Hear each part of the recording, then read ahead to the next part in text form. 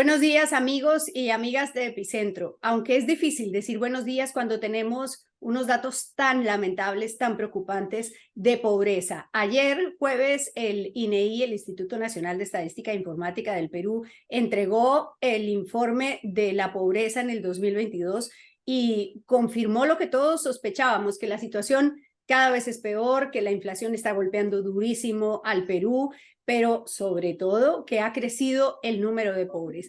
Pero como yo no soy experta en eso, he invitado a la doctora Carolina Trivelli, que fue ministra que se reconoce en su gestión cómo logramos sacar a mucha gente de la línea de pobreza y hacer que mejoraran un poco esos indicadores. Pero bueno, ahora nos hemos devuelto y se ha vulnerabilizado mucha más gente y quiero que analicemos el informe con ella. Doctora Trivelli, gracias por estar en Epicentro. Un gusto, Clara Elvira, como siempre. Bueno, entonces yo lo que voy a hacer es compartir la pantalla y vemos el primer cuadro y usted nos ayuda a entender este primer cuadro que tiene el resumen del informe, del INEI. Vamos a ver, a empezar en orden por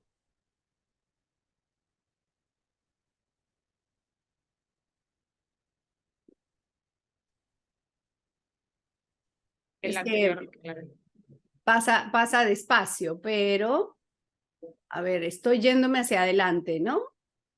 Este es el primer informe, el primer reporte del informe. ¿Qué significa ser pobre? ¿Qué significa estar en la pobreza extrema, en la pobreza no extrema? ¿Y qué significa ser vulnerable y no vulnerable? A ver, en el Perú usamos un indicador que se conoce como indicador de pobreza monetaria, y es decir, se calcula todo lo que consume una familia, ¿no? A lo largo de un mes, y se compara ese nivel de consumo se valoriza y se compara ese monto con esto que se llama la línea de pobreza, que para el 2022 es 415 soles. ¿Qué quiere decir? Que con 415 soles por persona por mes, uno puede agenciarse lo mínimo indispensable para vivir. Esto es básicamente alimentos, transporte, educación, servicios básicos, ¿no? Lo mínimo. Esto no es que uno está bien, esto es lo mínimo indispensable que requiere una persona por mes. Si todo lo que yo tengo, todo lo que yo gano trabajando, autoconsumo, las donaciones que me dan, los regalos que me dan, no alcanza 415 soles por mes por persona en mi familia va a ser considerada en situación de pobreza, ¿no? Porque no me alcanza para cubrir ese mínimo. Y eso afecta hoy día a 27.5% de los peruanos, es una cifra mayor de personas en situación de pobreza que la del 2021, y esto nos echa para atrás más de 10 años, ¿no? Esto realmente revierte un avance importante que había habido en el Perú en reducción de pobreza. Pero dentro de este grupo, dentro de este 27.5% de peruanos en situación de pobreza, hay un grupo de particular interés, que son aquellos que caen en una situación que se llama pobreza extrema. Y eso quiere decir que estas personas, si usan todo lo que tienen a su disposición, las donaciones, lo que producen, lo que ganan, y lo usan solo para comprar alimentos, no les alcanza para cubrir la canasta básica alimentaria. Es decir, son personas que de todas maneras van a enfrentar una situación de hambre, porque además esas personas seguro tienen que pagar un pasaje de un bus, o comprar agua o electricidad, y entonces van a comer mucho menos de lo mínimo necesario. El costo de la canasta básica alimentaria para el 2022 es 226 soles. Entonces, si todo lo que yo tengo, todo lo que yo consumo en un mes, no equivale a 226 soles por persona al mes, voy a ser considerado en situación de pobreza extrema.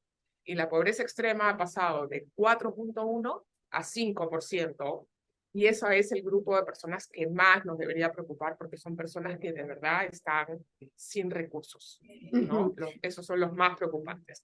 Y arriba de la línea está este grupo que se llama vulnerables, que son personas, son familias que, si bien han superado la línea de pobreza, no están consolidadas. Tienen una alta probabilidad de si alguien se enferma, si les roban su medio de trabajo, si pierden su empleo, de caer en situación de pobreza. Entonces están como arriba de la línea, pero pegaditos a la línea, ¿no? Y entonces ese grupo se mueve mucho. Mucha de la gente que estaba en ese grupo es la que ha caído en situación de pobreza en el 2022, ¿no? Incrementando el número de pobres. Ya, hablemos de números para entenderlo, porque el porcentaje a veces se le pierde a uno. 27.5% equivale a 9.184.000 personas. Y el número de vulnerables es 11 millones. Es decir, 11 millones de personas que viven en este país están colgaditos de los dedos de la línea de pobreza. Si viene, por ejemplo, y quería preguntarle si ese es un elemento preocupante, si viene un fenómeno del Niño, ¿esa gente puede caer como sin duda que viene? Ese grupo es heterogéneo, ¿no? Hay algunos que están, como tú dices, justo colgaditos encima de la línea, sentaditos encima de la línea, y hay otros que están mejor posicionados, tienen algunos activos o tienen varias personas perceptoras de ingresos en su hogar, entonces tienen menos riesgos de caer en pobreza.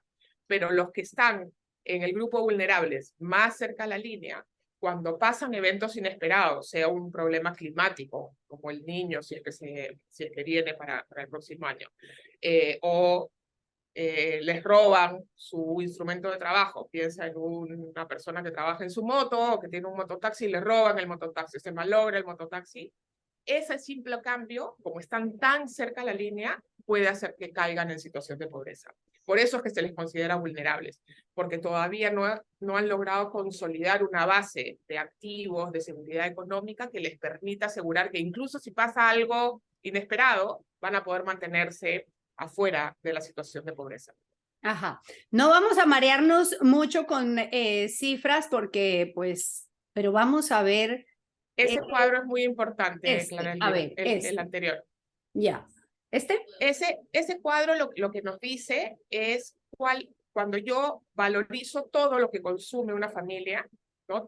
Esto se llama el gasto real por habitante, pero aquí está todo lo que el valor de todo lo que ha consumido una familia, ¿no? Todo lo que ha comprado en alimentos, todo lo que ha recibido en donaciones, todo lo que tiene durante un mes. Y lo que vemos es que comparado con la situación pre-pandemia, es decir, comparando el 2022 con el 2019, el valor real de todo ese consumo de la familia hoy día es 10% menor. Y eso tiene que ver con que las familias tienen menos recursos porque ganan menos, pero también con que lo que consumen las familias, en particular las más pobres, ha subido mucho. La inflación le pega más duro a las personas que tienen una canasta de consumo muy orientada a lo que más ha subido, que en este caso son los alimentos, la energía y el transporte. En proporción, porque claro, todos consumimos alimentos, pero si el mayor gasto de la familia es exclusivamente en alimentos, porque de eso se trata, de que sobrevivan, pues entonces el porcentaje que les ha subido es mayor en proporción. ¿Es así? En el 20% de hogares de menores recursos en el Perú, cerca del 80% de su consumo, de su gasto, va a alimentos, transportes y energía. Entonces, si esas son las cosas que han subido más, obviamente no les alcanza, ¿no? Su poder de consumir, incluso esas cosas tan básicas, se reduce. Y en los cuadritos que están al costado se muestra una cosa que a mí me parece muy importante y que no seguro va a ser lo menos discutido sobre estas cifras, pero es quizá lo más importante. Y es que en este año, en el análisis del 2022, lo que vimos fue una cosa que no veíamos hace muchos años, y es que quienes empeoraron más son los que ya estaban en peor situación. Es decir, el decir 1, 2 y 3 quiere decir las personas que están en el 10% más pobre, en el segundo 10% más pobre y en el tercer 10% más pobre. El 30% más pobre ha perdido entre el 2021 y el 2022 2.5% de su capacidad de consumo. O sea, los que ya estaban en una situación de pobreza o estaban muy cerca de la línea de pobreza han perdido capacidad de consumo, mientras que los que están en el otro extremo de la distribución, en los deciles 8, 9 y 10, ¿no? Los que más recursos tienen, han mejorado poquito, pero han mejorado. Entonces la distancia entre los que están mejor y los que estaban peor ha crecido. Y los que están peor ahora están mucho peor. Entonces eso me parece que es un hecho que resaltar, porque Sí. no es solamente que hay más personas en situación de pobreza, sino que los que están en situación de pobreza están peor. Ya, vamos a ver el siguiente, porque este cuadro es el porcentaje, aquí está explicado, ¿no? El porcentaje de los que no cubren el costo de la canasta básica familiar, pero a ver si es el Y esta siguiente. es la pobreza extrema. La pobre, no sé si me pasé, estaba buscando uno que creo que me pasé, voy a devolverme porque me parece que es muy importante, que es el del porcentaje de la población. Ah, no, es el mismo, ¿no? Es ese, ya. Es que yo lo veía en blanco y negro. Ahora veamos este cuadro, porque este cuadro habla de los departamentos en donde se incrementó el número de pobres en puntos porcentuales. 16 departamentos se incrementó la pobreza, en 10 departamentos se redujo poco, pero se redujo. El que más llama la atención es Junín, en donde se redujo, en donde fue menos 4,9%. Pero ¿cómo entender que departamentos que siguieron produciendo, por ejemplo, que tienen producción minera, que no se paralizó tanto durante la pandemia como Moquegua, ¿no? ¿Por qué siguen teniendo, por qué están mostrando estas cifras? Y por supuesto lo de Cajamarca es tremendo, 6,7. A ver, hay que, cuando uno mira la situación de los departamentos, son muchas historias particulares, ¿no? Hay departamentos donde el peso de algunas actividades es importante y permite sostener situaciones de mejora, ¿no? Y hay otras en las que, por ejemplo, tienen mucha porción rural, que es la más afectada por pobreza, que jala y hace que las historias sean particulares. No es posible hacer una explicación genérica de estos subieron porque les fue bien a tal actividad y estos incrementaron pobreza porque le fue mal a tal actividad. Son historias muy complicadas. Entonces, a mí personalmente no me gusta mucho mirar entrar en ese el análisis detalle. departamental, porque Sí. hay que entender la historia particular de cada región, de lo que pasó en el año 2022. Y eso puede ser desde un tema climático hasta un problema particular en un sector productivo. Entonces, te confieso que hay que preocuparse porque igual, y creo que esto es lo más importante, frente a la situación prepandemia, a casi todos los departamentos empeoraron, ¿no? Sí. Y en particular creo que hay que destacar que después de muchos años con la pandemia y ahora en el 2022, la pobreza en las ciudades y en particularmente en Lima metropolitana ha subido y eso es preocupante. Pero esto es lo que está detrás, ¿no? Lo que está mostrando aquí en el mapa, ¿no? Claro. El INEI por primera vez presenta estos datos que a mí me parecen muy importantes, y es que lo que nos dice en el mapa este de los colores en moradito es que la mitad de los peruanos, un poquito más de la mitad de los peruanos, no tiene acceso simultáneo a estos 5 servicios: agua, saneamiento, electricidad, telefonía móvil e internet. Entonces, a veces decimos, sí, bueno, es que es por un problema solamente del mercado laboral. No, es porque las condiciones de vida, ¿no? La infraestructura básica sobre la cual construir medios de vida productivos no están, no hay piso parejo para todos, ¿no? O sea, si tienes que pagar por agua que viene en un camión cisterna, un agua muy cara, bueno, tienes una desventaja frente al que abre el caño en su casa y tiene 24 horas de agua continua, ¿no? O si no Claro. tienes teléfono móvil o no tienes internet, bueno, está más difícil hacer negocio, por ejemplo, ¿no? Claro, el pago del agua, por ejemplo, eso está en la canasta, en esos 415 soles está tener que pagar el bidón de agua para el día. Exacto, sí, Ya. exacto. Sin agua y saneamiento están el 29,9%.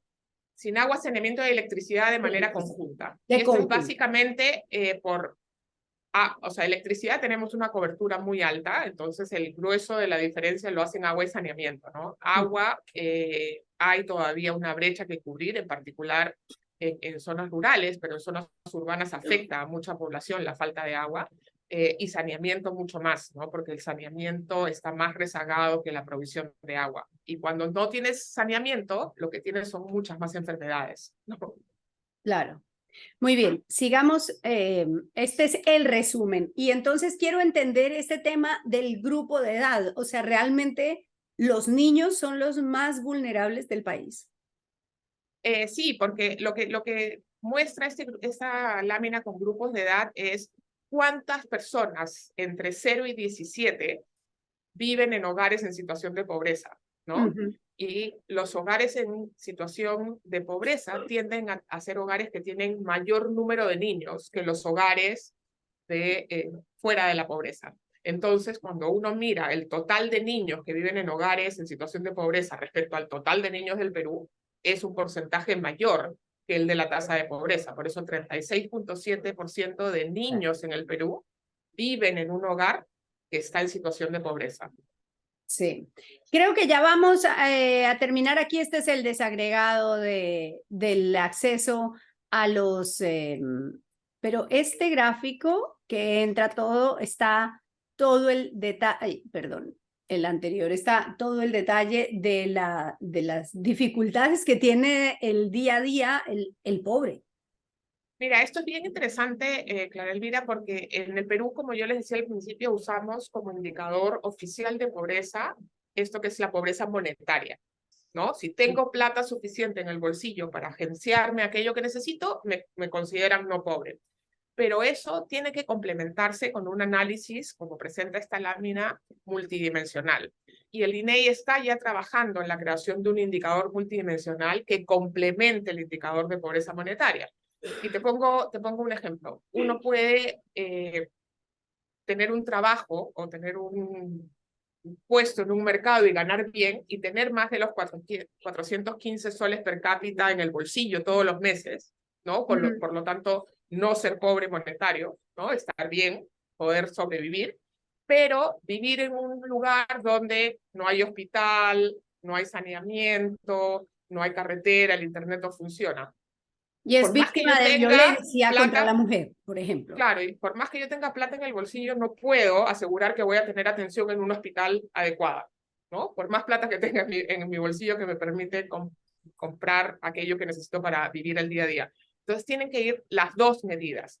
Una persona fuera de la condición de pobreza real tiene que ser una persona que vive en un entorno que le permite unas condiciones de vida mínimas, incluso si no tiene plata, donde no hay violencia, donde hay un hospital, donde hay agua y saneamiento, donde hay internet, pero también con plata en el bolsillo para que pueda adquirir aquello que necesita para alimentarse, para pagar sus servicios básicos.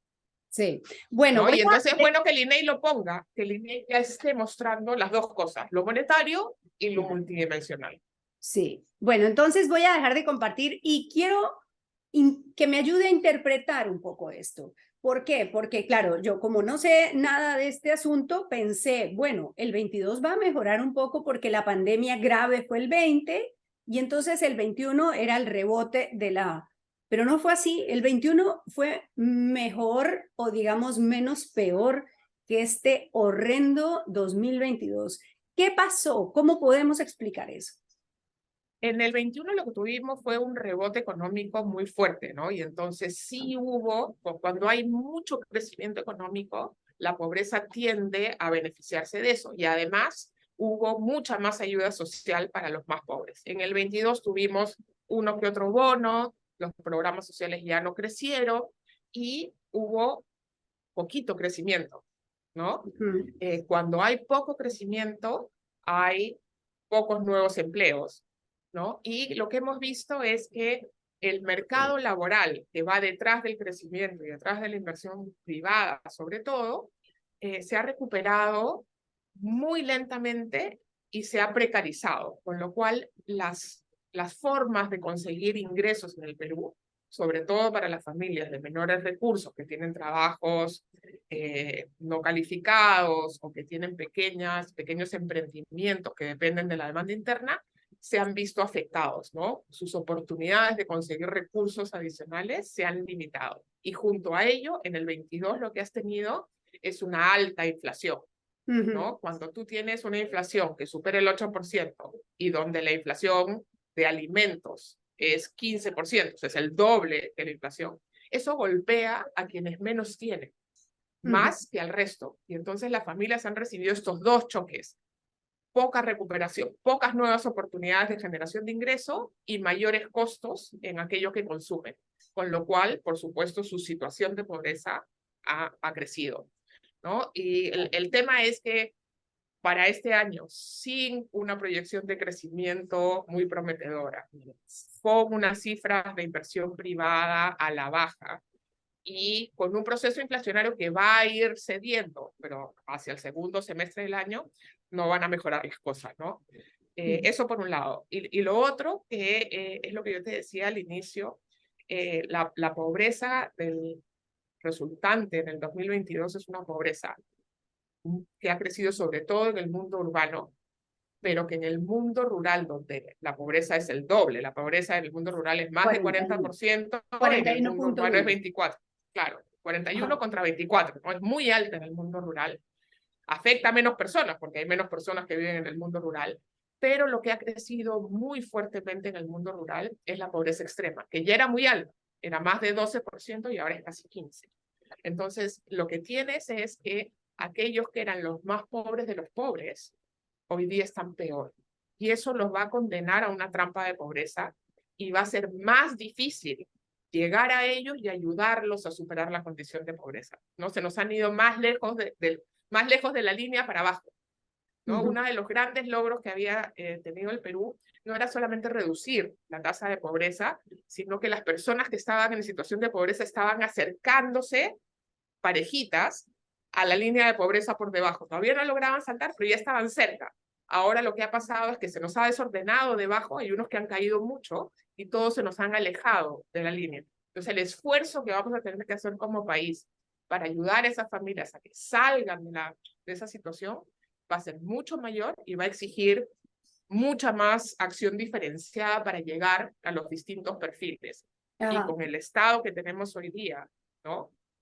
Está difícil pedirle una cosa muy sofisticada para atender a esta población en vulnerabilidad. Entonces, súper malas noticias para el Perú.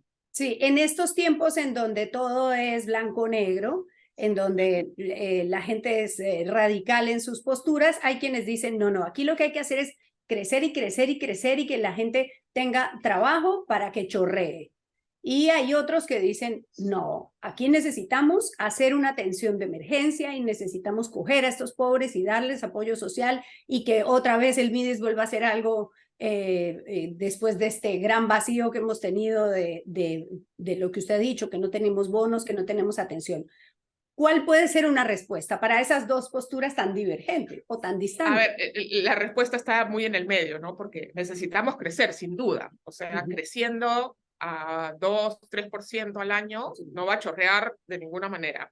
Pero incluso si crecemos mucho, ¿no? Ese chorreo va a llegar a quienes están cerca de las oportunidades derivadas del crecimiento, las poblaciones que están en las grandes ciudades, las que tienen más oportunidades, pero le llegan menos a los que están más lejos. Para esas poblaciones que están más lejos de las oportunidades de crecimiento, es que hay que enfatizar la acción no solamente de la política social, sino de otras decisiones de política pública. Te voy a poner un ejemplo súper simple. Tú puedes hacer el mejor programa social para que un grupo de pobladores rurales produzca mejor su huerto de granos andinos. Perfecto. Pero si no tiene carretera, puente o alguna forma de sacar eso al mercado, va a comer mejor, pero no va a lograr generar todas las oportunidades, aprovechar todas las oportunidades que el crecimiento, que la demanda de las ciudades le podrían dar. Entonces, sí, hay que crecer para que haya demanda por esos granos andinos en la ciudad vecina, pero también para que esta persona reciba el programa social que le permite incrementar su producción, pero también la inversión pública que hace la carretera, el puente, etcétera, para que esta familia pueda llevar sus productos al mercado. Esa parte, que es lo que se llama redistribución, requiere decisiones de política. Y entonces, que se financian con el crecimiento, sin duda. Entonces, hay que crecer, pero también hay que tener una acción orientada a ayudar a estas familias, sobre todo a las que se nos han caído más lejos de la línea, a que estén de nuevo insertas en una posibilidad de ir superando, acercándose cada vez más a la línea y ojalá la puedan saltar. Pero eso requiere ayuda social para que no se nos sigan cayendo y ayuda para fomentar que puedan aprovechar las oportunidades que hay en su entorno para irse generando ingresos que les permitan salir adelante. Esa es la combinación, crecer, política social y políticas públicas para lograr su inclusión económica. Pero es un paquete completo, no es unos o otros, ¿no? Tenemos que hacerlo todo y eso exige mucha coordinación y exige nuevos planes, ¿no? El MIDIS tiene algunos programas que han sido muy efectivos para el mundo rural, pero ahora tendría que tener una estrategia urbana también. No es traer los programas del mundo rural a la ciudad, eso no funciona. Hay que pensar en otras estrategias, hay que diseñar, probar, y hay mucha experiencia mundial, hay que traer lo que funciona en otros lugares, pero tiene que haber una estrategia liderada por el MIDIS para atender la pobreza urbana, que es hoy día un tema de gran preocupación. Bueno, los datos son desoladores y la perspectiva frente al desafío, conociendo cómo funcionan las cosas, también, pero es muy bueno hablar con alguien que entiende bien y que nos ayuda a explicar. Qué bueno escucharla porque realmente aclara mucho de lo que tenemos y bueno, alguien tiene que escuchar esto y saber qué podemos hacer. Va a tomar mucho tiempo recuperar lo perdido, pero mientras más nos demoremos en comenzar, claro, más niños van a crecer en esta situación. Entonces tenemos que ocuparnos ahora, ¿no? Sí. Y yo creo que hay que presionar porque hay este sentido de urgencia, ¿no? Esto solo con crecimiento, que tampoco hay, pero solo con crecimiento no se va a resolver. Necesitamos mucho más, ¿no? Muchísimas gracias por estar en Epicentro. Un abrazo. Gracias a ti, Clara Elvira, un gusto. Hasta luego.